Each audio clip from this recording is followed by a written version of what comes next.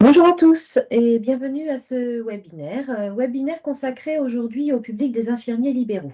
Je vais tout d'abord me présenter, Karine Desnaux, chargée des relations extérieures à l'URSSAF des Pays de la Loire. Parlons à présent des missions de l'URSSAF, donc des missions au service de notre protection sociale, pour accompagner et proposer régulièrement des webconférences sur différents sujets et pour nos différents publics. Une mission fondamentale de collecte et de redistribution des cotisations pour financer le système de protection sociale ainsi que des rôles complémentaires, mais tout aussi essentiels, qui sont un rôle de prévention et de contrôle et un rôle d'accompagnement au quotidien des acteurs économiques. Aujourd'hui, nous allons être ensemble pour environ 40 minutes et nous allons expliquer et détailler les principes du statut de l'infirmier libéral. Alors, au sommaire, différentes thématiques seront abordées. Tout d'abord, une première partie institutionnelle sur les missions de l'URSSAF et les contours de notre protection sociale. Nous continuerons sur les règles applicables en matière d'installation et de création de l'entreprise. Nous poursuivrons sur le chapitre des cotisations avec les modalités de calcul des cotisations, les exonérations, ainsi que les déclarations de revenus. Enfin, nous évoquerons les droits en matière de prestations retraite et nous terminerons avec les modalités de contact du centre dédié aux praticiens et auxiliaires médicaux. Alors, tout d'abord, qui sommes-nous? Eh bien, l'URSSAF est un organisme privé chargé d'une mission de service public. L'URSSAF est donc un acteur majeur du dispositif de notre protection sociale à toutes et tous. L'URSSAF est donc un pilier de la sécurité sociale puisqu'elle garantit le financement de cette protection sociale en collectant les cotisations et les contributions sociales des employeurs et des travailleurs indépendants avec la maladie, la maternité, la retraite, les allocations familiales et également la CSG-CRDS, et ensuite en les redistribuant aux organismes sociaux qui assurent le versement de nos prestations sociales à tous. Chacun contribue au financement du système de sécurité sociale en fonction de ses moyens, via les cotisations sociales, via ce paiement, et bénéficie en retour d'une protection et de prestations sociales selon ses besoins. Pour plus d'informations sur les missions de l'URSSAF, il est aussi possible de s'informer et de comprendre ce mécanisme en consultant notre site à quoi servent les cotisations.ursaf.fr. Alors, schématiquement, notre répartition est faite en moins de 5 heures auprès de nos caisses prestataires. Le principe est que les infirmiers ou les infirmières auront à une date d'exigibilité l'obligation de payer leurs cotisations sociales. Le mécanisme s'organisera par l'intermédiaire de l'URSSAF qui sera chargé donc de collecter l'ensemble de ces fonds et ensuite de les transmettre en environ 3 heures à sa caisse nationale des URSSAF.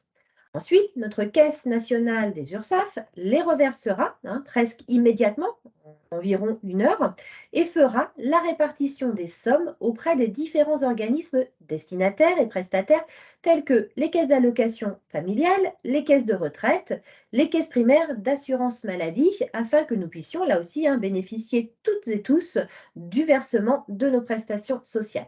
Ces cotisations qui sont payées permettent de nous ouvrir des droits sociaux, mais assurent également le financement solidaire de notre modèle social. Alors, dès son début d'activité, l'infirmier va donc participer au financement de sa protection sociale à travers le versement des cotisations et de contributions sociales auprès de l'URSSAF. Alors, pourquoi ces cotisations sociales finalement? Eh bien, les cotisations sociales qui sont réglées, qui vont être réglées par les infirmiers ou les infirmières, permettent de leur ouvrir des droits sociaux, mais assurent, comme on l'a dit, également le financement solidaire de notre modèle social. C'est ce modèle social qui nous permet à toutes et tous de pouvoir bénéficier de prestations sociales dans différents domaines et en fonction de nos besoins et à tous les moments de notre vie. Comme par exemple, vous le voyez sur la slide, eh bien, le remboursement de nos soins médicaux, le versement d'indemnités journalières dans le cadre d'un congé maternité, par exemple, ou bien encore le versement des pensions de retraite. C'est notre garantie, là aussi, d'être tous protégés. L'URSSAF est donc un acteur clé de notre protection sociale. Ces cotisations collectées, où vont-elles finalement concrètement? Eh bien, ces cotisations qui vont être redistribuées vont servir, là aussi, toujours à financer de nombreux postes de dépenses. Grâce à ces cotisations, cela nous permet finalement de faire face aux dépenses qui sont réalisées quotidiennement par les organismes de protection sociale dans différents domaines tels que la santé, qui, on le voit sur la slide, représente le plus important poste de dépenses à hauteur de 44%. Ensuite suivent la retraite à hauteur de 28%, mais également la famille pour environ 10% et bien d'autres postes représentés sur ce schéma. Ce schéma, notamment, nous permet aussi de comprendre le besoin essentiel de cotiser pour que l'on puisse continuer de bénéficier de tous ces services. Alors, pour organiser leur installation et pour s'installer, les infirmiers libéraux auront certains choix à faire pour exercer leur activité.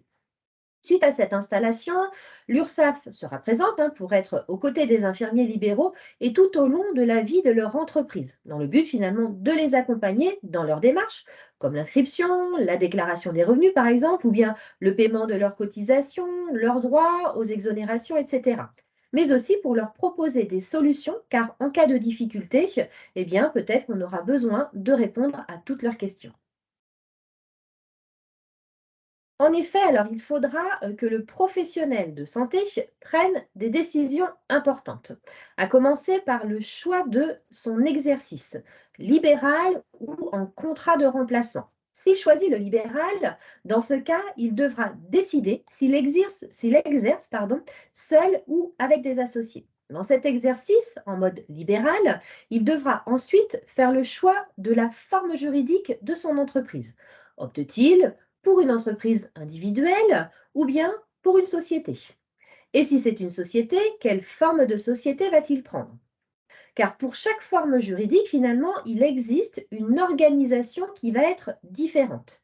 S'il choisit de commencer par réaliser par contre uniquement des remplacements, dans ce cas, il exercera ici son activité sous la forme d'un contrat de remplacement libéral avec un principe de rétrocession des honoraires. Autre décision, la possibilité aussi d'exercer son activité en se regroupant dans un local commun, comme par exemple la société civile professionnelle ou bien la société civile de moyens. Afin de connaître finalement la forme juridique et le mode d'exercice qui lui conviendra le mieux et surtout de prendre les bonnes décisions, il est conseillé aux professionnels de santé de contacter une association de gestion agréée ou un expert comptable qui pourra l'accompagner. Après ce choix de forme juridique et de mode d'exercice, l'infirmier aura encore quelques décisions à prendre, comme notamment le choix de son régime fiscal. Il devra donc décider du régime d'imposition de son entreprise et également de l'option fiscale de son entreprise. Il existe deux régimes fiscaux possibles. Le régime de la déclaration contrôlée, donc au réel, ou bien le régime spécial BNC, donc le micro-BNC. Ce choix conditionnera les modalités de calcul des cotisations et des contributions sociales de l'infirmier libéral. Sur ce sujet finalement de régime fiscal, prenons l'exemple d'un professionnel qui est en entreprise individuelle et pour qui ses recettes sont inférieures à 77 700 euros. Eh bien, ce professionnel aura le choix entre l'imposition sur le régime réel, donc le régime de la déclaration contrôlée, ou bien l'imposition en régime spécial BNC, donc le micro-BNC, c'est-à-dire une imposition ici sur 66% de ses recettes. Si par contre ces recettes dépassent pendant 2 années consécutives ce seuil de 77 700 euros, le régime micro-BNC ne pourra plus s'appliquer et là, il devra obligatoirement basculer sur un régime réel d'imposition. Il faut savoir que dans la situation où notre infirmier opte pour le régime fiscal micro-BNC, les revenus qui seront retenus pour calculer ces cotisations seront le chiffre d'affaires moins l'abattement fiscal forfaitaire de 34%. Autre exemple, le choix pour son entreprise du régime fiscal au réel, donc le régime réel d'imposition. Ce choix du régime réel d'imposition va obliger notre infirmier à prendre une seconde décision dans ce régime fiscal du réel. En effet, dans ce régime fiscal, il est obligatoire ensuite de choisir ce qu'on appelle une option fiscale. Deux options ici sont possibles. L'option du calcul de l'impôt sur le revenu ou bien, deuxième choix, l'option du calcul de l'impôt sur les sociétés. En fonction de cette option, pour calculer les cotisations sociales de notre infirmier, eh bien, l'URSSAF prendra comme base de calcul alors soit le bénéfice de l'entreprise pour l'option impôt sur le revenu et la rémunération nette de gérant pour l'option impôt sur les sociétés. Une fois tous ces choix effectués, viendra ensuite finalement le moment de l'installation, c'est-à-dire de l'enregistrement de son entreprise. Et donc pour cette installation, l'infirmier doit réaliser une démarche d'enregistrement de son entreprise, c'est-à-dire de son installation en libéral. Il doit alors compléter une déclaration de début d'activité. Dans cette formalité, il pourra être accompagné de son centre dédié, praticiens auxiliaires médicaux à l'URSSAF. Notre infirmier aura donc deux possibilités pour exercer son activité en libéral. Première possibilité, exercer en tant qu'infirmier remplaçant. Dans ce cas, il faudra que notre infirmier fasse auprès du Conseil de l'ordre des infirmiers une demande d'inscription au tableau de l'ordre et une autorisation de remplacement. Il transmettra son diplôme et obtiendra également par l'ordre son numéro de RPPS. Une fois toutes les conditions remplies pour pouvoir exercer en tant que remplaçant, il faudra réaliser les formalités administratives auprès de la caisse primaire d'assurance maladie et ensuite effectuer la déclaration d'immatriculation sur le guichet unique depuis le site finalement formalité.entreprise.gouv.fr. Autre démarche, pensez aussi à bien souscrire un contrat d'assurance responsabilité civile professionnelle afin d'obtenir toutes les informations utiles sur les différentes démarches administratives. Il existe le site aussi paps.santé.fr qui aide et accompagne tous les professionnels de santé dans ces démarches.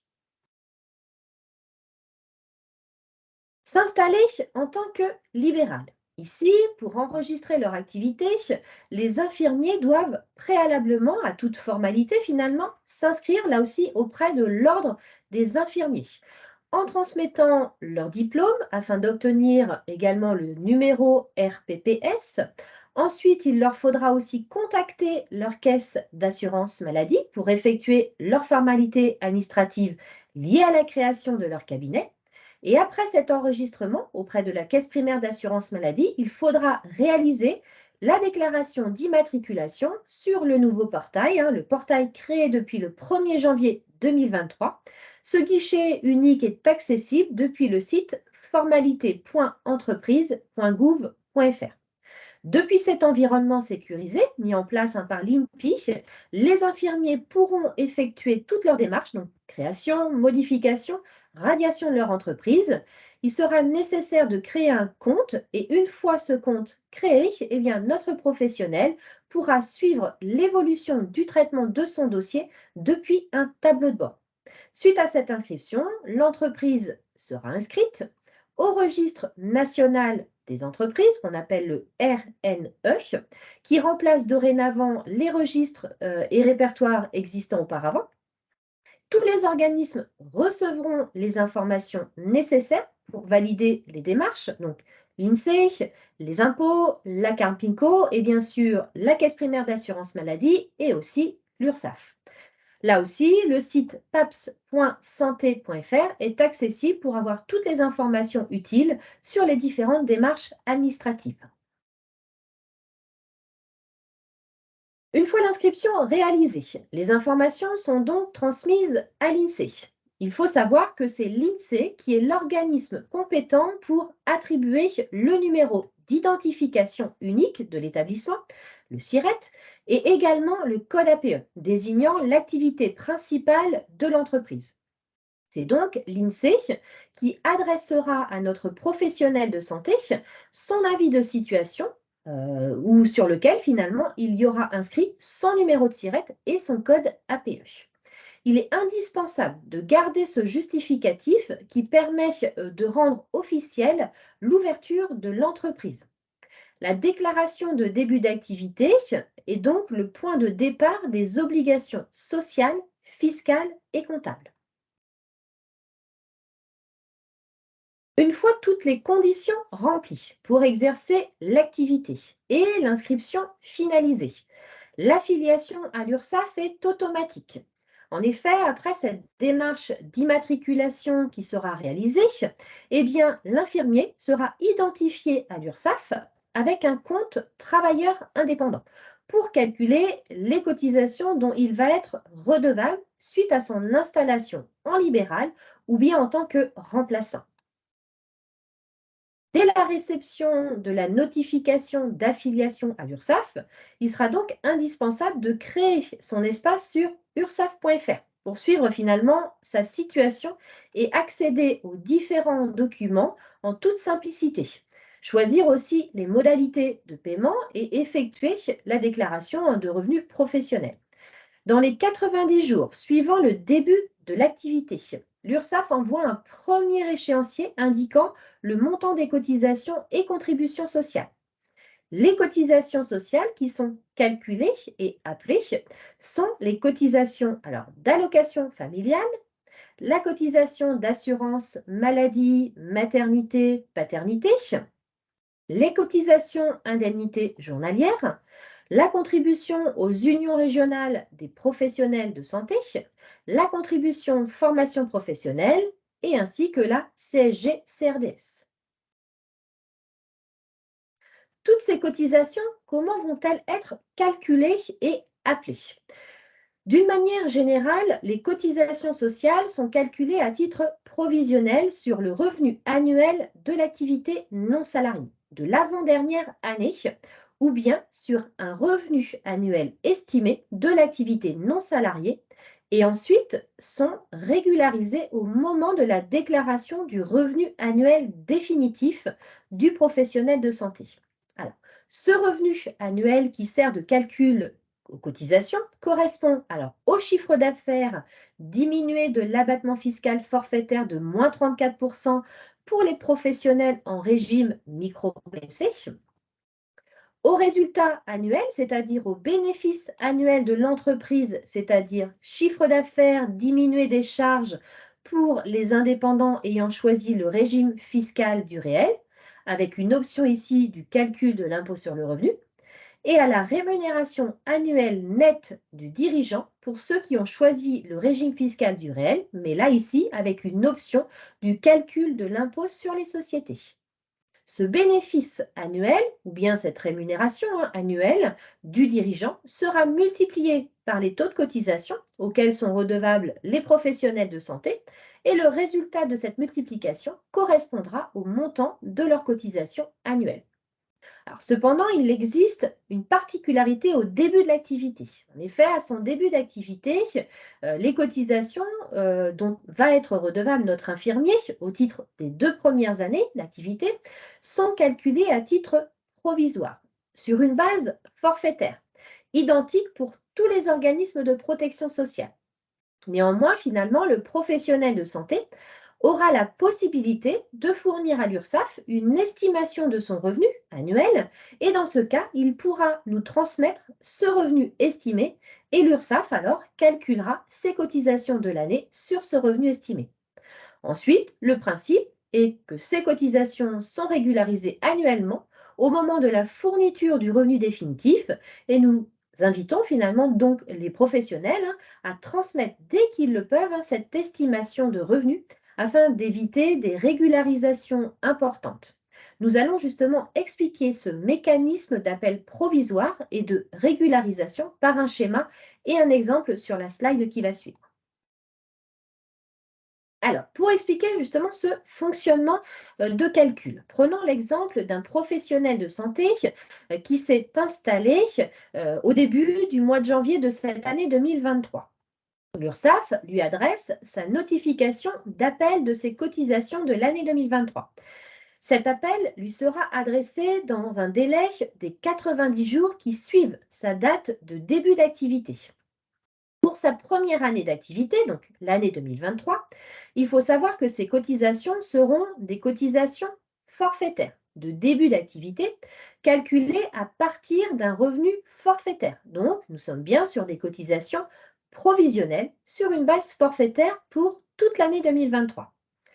Pour sa deuxième année, soit l'année 2024, notre professionnel se verra adresser de nouveau des cotisations forfaitaires de début d'activité de deuxième année. Ces cotisations de cette année 2024 sont donc également calculées sur un revenu forfaitaire. Sur cette même année 2024, notre praticien aura une démarche à réaliser. Cette démarche à réaliser, ce sera sa déclaration des revenus définitifs au titre de son année 2023, qu'il fera aux alentours du mois de mai de l'année 2024. À partir du moment où notre professionnel va nous communiquer le montant de ses revenus définitifs de l'année 2023, l'URSSAF procédera à quelques opérations. Dans un premier temps, l'URSSAF fera sa régularisation des cotisations de l'année 2023.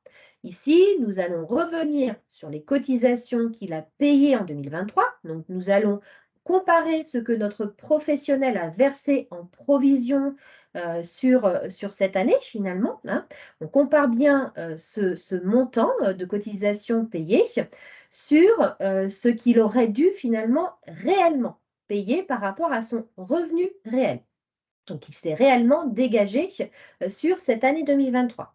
Cette régularisation pourrait être finalement une somme soit à reverser à l'URSSAF, soit une somme que l'URSSAF devra lui rembourser. D'accord? Donc, soit l'une ou l'autre des situations, car finalement, dans une des situations, il n'aura pas assez payé et dans l'autre, il aura trop payé et il aura certainement un crédit auprès de l'URSSAF. Autre opération, l'URSSAF également va ce qu'on appelle ajuster les cotisations et ses cotisations de l'année 2024.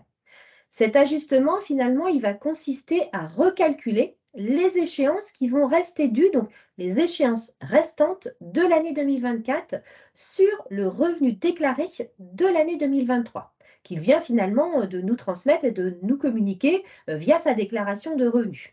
Il verra donc ici le montant de ses cotisations provisionnelles 2024 qui vont être modifiées à partir du mois de mai 2024, à partir finalement du mois où il aura réalisé sa déclaration de revenus définitive de l'année qui vient de s'écouler.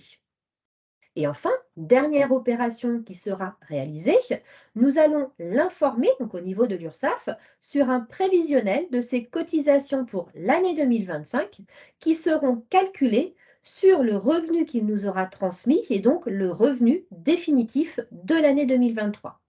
Ce principe de fonctionnement pour l'appel des cotisations va donc se reproduire d'année en année, car en 2024 et les années qui vont suivre, le principe de fonctionnement d'appel des cotisations, il sera identique, avec toujours une provision pour l'année en cours, toujours une régularisation de l'année écoulée et un ajustement également de l'année en cours et une prévision sur l'année suivante.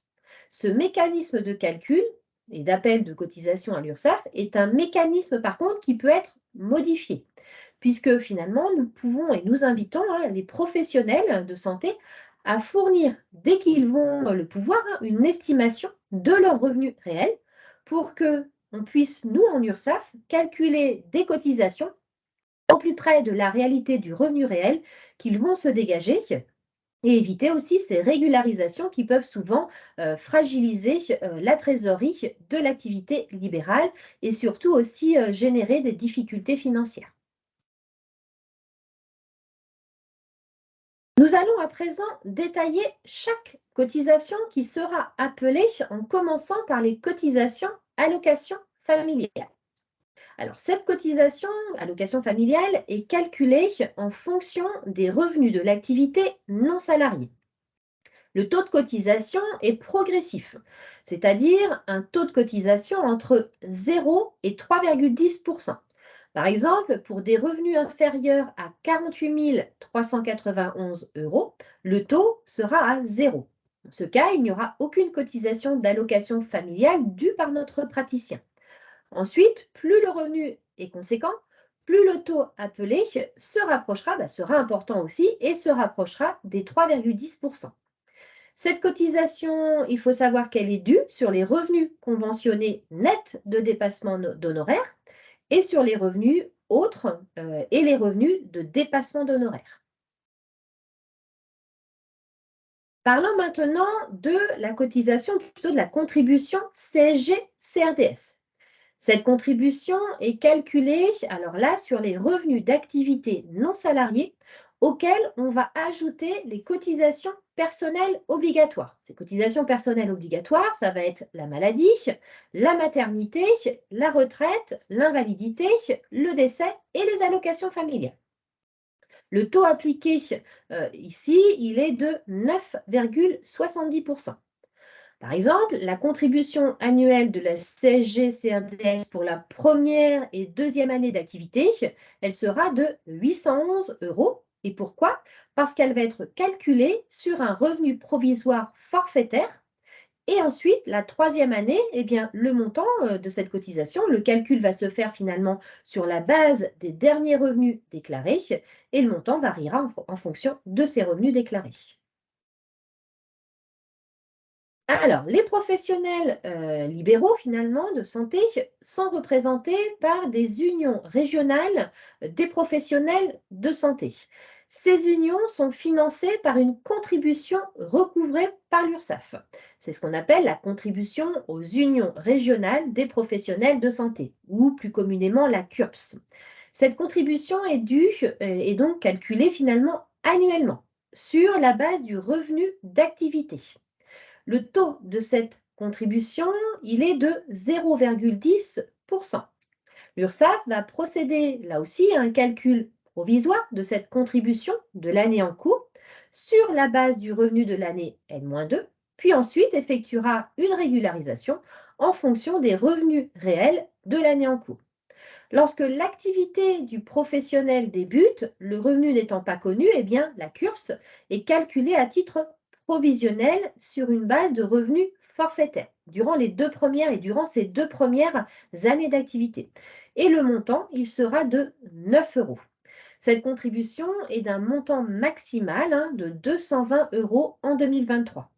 Elle est due pour l'année 2023 pour tout professionnel qui va créer son activité au 1er janvier 2023 et elle est à régler sur l'échéance du mois de mai de chaque année. Si la création est au-delà du 1er janvier, donc si notre professionnel débute son activité après le 1er janvier 2023, eh bien cette contribution finalement ne sera due qu'à compter de l'année 2024. Les infirmiers sont redevables de cette cotisation dès lors qu'ils ont un revenu positif, ce qui veut dire qu'en cas de revenu nul ou déficitaire, cette contribution ne sera pas due. Et les professionnels qui exercent dans le cadre uniquement de remplacement ne sont pas non plus redevables de cette contribution au CURPS. Alors, autre cotisation, les infirmiers seront également redevables de la cotisation d'assurance maladie et éventuellement d'une contribution additionnelle maladie. Le taux de la cotisation maladie sur les revenus conventionnés nets de dépassement d'honoraires est progressif en fonction du revenu de l'infirmier. Pour des revenus inférieurs à 17 597 euros, le taux, eh bien, il sera de 0%, 0 euros, d'accord? Pour les revenus compris par contre entre 17 597 euros et 48 391 euros. Là, ici, le taux sera progressif entre 0% et 6,50%. Et pour les revenus supérieurs à 48 391 euros, le taux de la cotisation maladie sera de 6,50%. Alors, sur cette cotisation calculée, sur les revenus conventionnés nets de dépassement d'honoraires, il faut savoir que la caisse primaire d'assurance maladie prend donc en charge un pourcentage entre à 0% et 6,40% en fonction du revenu et en fonction bien, du taux appliqué par rapport à ce revenu. Globalement, il faut savoir qu'il ne restera donc à la charge du professionnel de santé que 0,10% de cette cotisation. Pour les autres revenus d'activité non salariée, et on parle toujours de cette cotisation d'assurance maladie. Donc, pour cette cotisation d'assurance maladie et pour ces autres revenus donc d'activité non salariée, il y aura ce qu'on appelle une cotisation additionnelle. Notre infirmier aura donc à payer une cotisation maladie de 6,50%, donc sans prise en charge par la caisse primaire d'assurance maladie, plus une cotisation additionnelle progressive et cette cotisation additionnelle, eh bien, elle sera évolutive en fonction du revenu. Donc, de 3,25% pour les revenus inférieurs à 17 597 euros, un taux progressif entre 3,25% et 9,75% pour les revenus compris entre 17 597 euros et 48 391 euros, et un taux de 9,75% pour les revenus supérieurs à 48 391 euros. Prenons un exemple. Exemple donc d'un professionnel de santé sur l'année donc 2024. Donc, on a un revenu professionnel déclaré en 2024 de 60 000 euros. Sur ce revenu de 60 000 euros, j'ai un revenu à l'intérieur de 50 000 euros sur des revenus conventionnés nets de dépassement d'honoraires et 10 000 euros sur d'autres revenus non conventionnés et de dépassement d'honoraires. Donc, deux parties différentes. Une cotisation calculée sur le revenu conventionné net de dépassement d'honoraires. Donc ici, on a une cotisation, on prend nos 50 000 euros multiplié par 6,50%, ce qui fait donc une cotisation maladie de 3 250 euros. Mais pour cette cotisation de 3 250 euros, il y aura une participation de la caisse primaire d'assurance maladie à hauteur de 6,4%, soit une participation de 3 200 euros. Donc sur cette partie de cotisation maladie, il ne restera à la charge du professionnel de santé, donc de notre infirmier, 50 euros. Il y aura également sur les 10 000 euros, donc ces 10 000 euros d'autres revenus non conventionnés, notre cotisation d'assurance maladie à hauteur de 6,50% plus cette contribution additionnelle. Donc ici, notre professionnel aura une cotisation de 650 euros plus 325, soit un total de 975 euros sur ses revenus non conventionnés et de dépassement d'honoraires. Il faudra donc ajouter les deux cotisations. Donc, un montant dû de 50 euros sur la partie prise en charge par la caisse primaire de l'assurance maladie, plus 975 euros sur les revenus non conventionnés et de dépassement d'honoraires, soit un total ici de la cotisation d'assurance maladie pour notre professionnel de santé de 1025 euros. Autre cotisation, les indemnités journalières et petite nouveauté qui l'est un peu moins, mais dispositif qui a été mis en vigueur depuis le 1er juillet 2021 pour tous les praticiens et auxiliaires médicaux. D'où finalement une cotisation due à l'URSSAF à compter des échéances de l'année 2022. Le taux de cette cotisation, il est de 0,30% pour nos professionnels de santé. En début d'activité, le premier montant de cette cotisation est de 0 euros. La deuxième année d'activité, le montant de cette cotisation sera de 53 euros. Et ensuite, à partir de la troisième année d'activité, le calcul de cette cotisation sera sur la base des revenus déclarés de l'année N-1. Le versement de cette cotisation permet finalement à nos professionnels de santé de pouvoir bénéficier de versement d'une prestation indemnité journalière dans le cadre d'un arrêt de travail pour maladie. C'est ce qu'on appelle aussi le versement d'un revenu de remplacement par la caisse d'assurance maladie.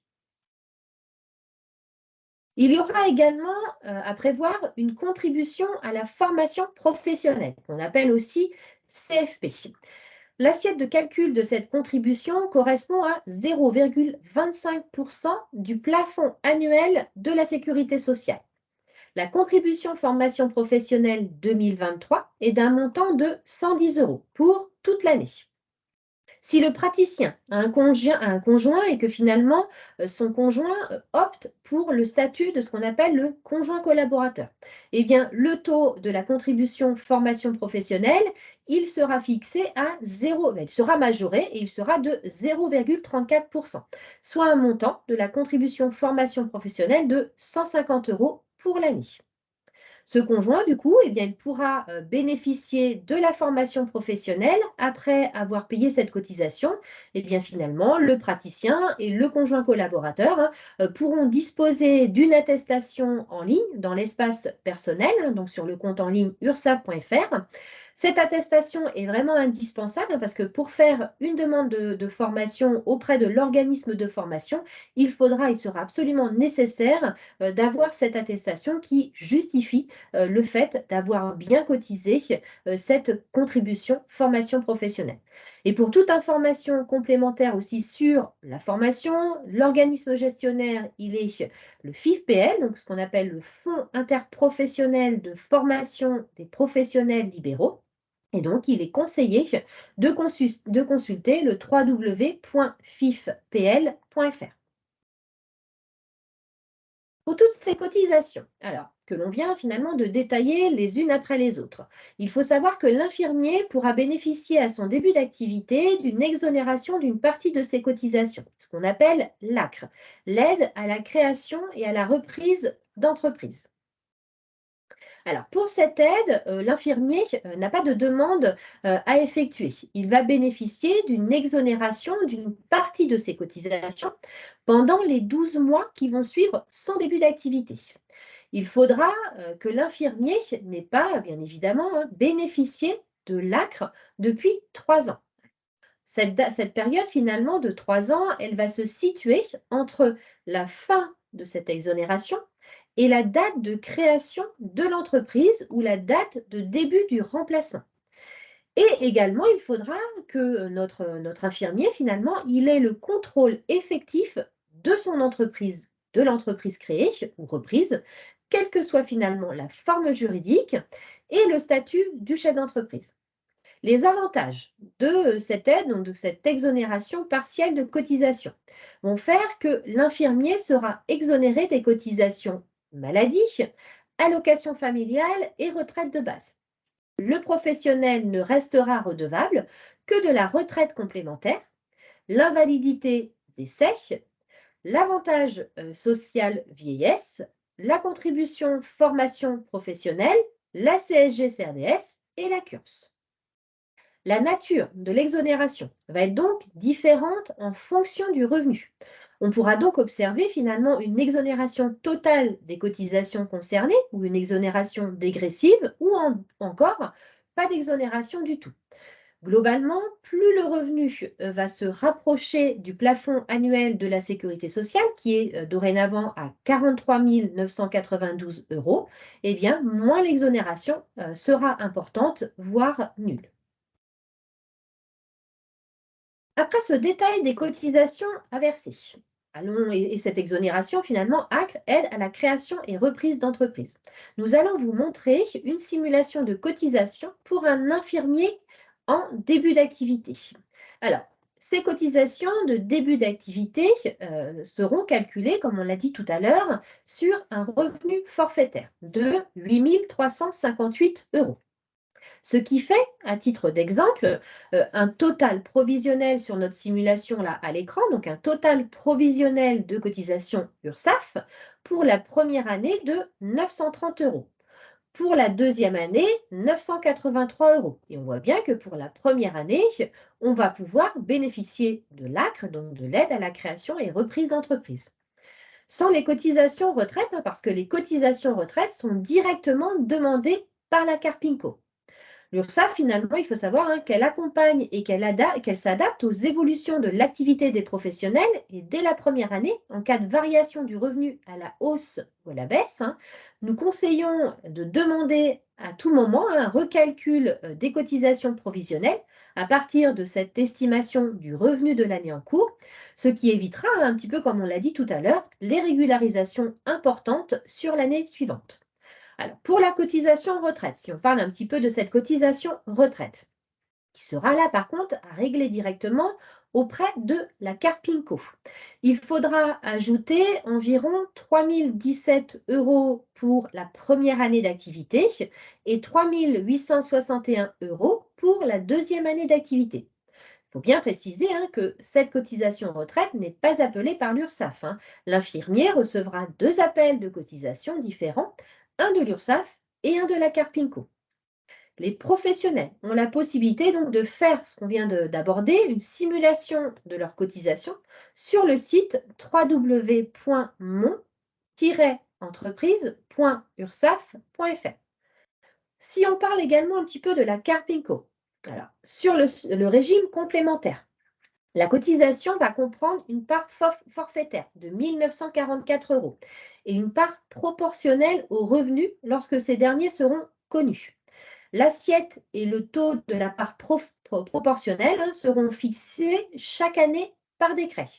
Et à titre d'information, par exemple, l'assiette 2023 est entre 25 246 € et 203 446 € avec un taux 2023 de 3%. Sur ce qui est du régime de l'avantage social vieillesse, la cotisation forfaitaire 2023 est de 211 € après prise en charge partielle de la caisse primaire d'assurance maladie. Donc, une cotisation proportionnelle est appliquée aux revenus conventionnés de l'avant-dernière année dans la limite de 5 fois le plafond annuel de la sécurité sociale. Le taux est fixé à 0,40% des revenus conventionnés et la CEPAM contribue à hauteur de 60%. Et sur le régime invalidité décès, le montant de cette cotisation pour l'invalidité décès est forfaitaire et lui aussi fixé par décret. Et ce montant forfaitaire pour l'année 2023, il est de 862 €. Alors, si l'infirmier le souhaite, il pourra donc, comme on l'a vu, réaliser des simulations de calcul de ses cotisations sur le site mis à disposition par l'URSSAF. Je rappelle l'adresse du site www.mon-entreprise.ursaf.fr. Cette simulation, finalement, elle pourra l'aider à budgétiser cette partie de charges sociales. Nous pouvons d'ailleurs vous montrer un exemple que vous avez d'ailleurs à l'écran sur la slide qui est pris sur le site de simulation. Il est donc possible à tout moment de demander la révision des cotisations provisionnelles sur un revenu estimé donc à la baisse ou à la hausse par rapport à la base de calcul ou en fonction du revenu de l'année N-1, de l'année précédente. Pour en savoir plus, il ne faut surtout pas hésiter à aller sur le site de l'URSSAF et à orienter aussi nos professionnels vers leur espace sécurisé ursaf.fr pour effectuer leur demande de révision directement en ligne. Alors, pour le calcul des cotisations de sa protection sociale obligatoire, notre infirmier devra, comme nous l'avons expliqué sur le détail de ses cotisations, compléter une déclaration de revenus annuels. Et il devra également procéder à des paiements de ses cotisations auprès de l'URSSAF. Alors, premièrement, la déclaration de revenus. C'est ce qu'on appelle la déclaration des revenus professionnels. Elle est commune et unique. Le calendrier se situe entre avril et juin de chaque année, où doit finalement être réalisée la déclaration des revenus professionnels sur le site www.impôts.gouv.fr.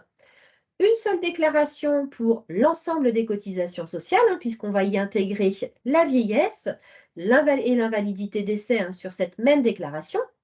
Elle est également pré-remplie par les renseignements qui sont apportés par les caisses primaires d'assurance maladie, sauf pour les remplaçants. Et les données de cette déclaration de revenus sont transmises à l'URSSAF et à la Carpinco pour qu'ensuite soit réalisé le calcul de l'ensemble des cotisations et des contributions sociales. Alors, cette déclaration, il faut savoir qu'elle est obligatoire et qu'elle doit être réalisée même si le revenu est à zéro ou déficitaire. Alors, il est bon également de savoir que la déclaration de revenus, finalement, elle va permettre de calculer aussi, ça c'est une chose très importante, la prise en charge des cotisations par l'assurance maladie.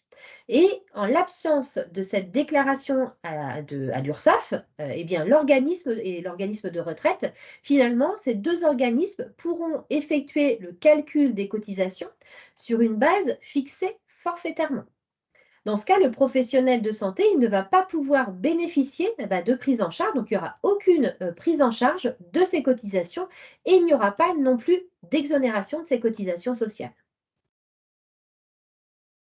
En ce qui concerne maintenant le paiement des cotisations à l'URSSAF, à compter de la date de début de son activité, le professionnel de santé est redevable de cotisations à payer à l'URSSAF. Il existe deux possibilités, deux choix. La périodicité mensuelle avec 12 échéances où les cotisations seront prélevées de janvier à décembre, le 5 ou le 20 de chaque mois. La périodicité sinon trimestrielle, là ici avec 4 échéances qui seront exigibles le 5 février, le 5 mai, le 5 août et le 5 novembre.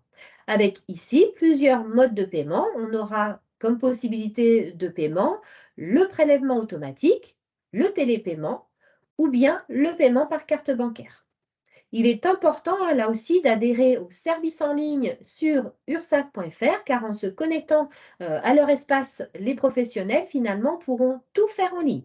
Par exemple, payer leurs cotisations, consulter leur compte, saisir une estimation de revenus, demander une remise de majoration de retard ou bien solliciter aussi un délai de paiement, obtenir aussi une attestation, mais également échanger avec leur URSSAF. Alors, terminons avec la protection sociale dans le domaine de la retraite. La cotisation donc de retraite n'est pas gérée, comme on l'a dit tout à l'heure, par l'URSSAF, mais elle est gérée par la CARPINCO, la retraite des auxiliaires médicaux, qui adresse finalement l'avis d'échéance et qui encaisse le montant de la cotisation et qui va aussi gérer les prestations retraite de nos infirmiers. Alors, sur ce sujet de la retraite, donc, notre professionnel va être couvert sur sa retraite de base avec un calcul qui fonctionne en points et trimestres d'assurance.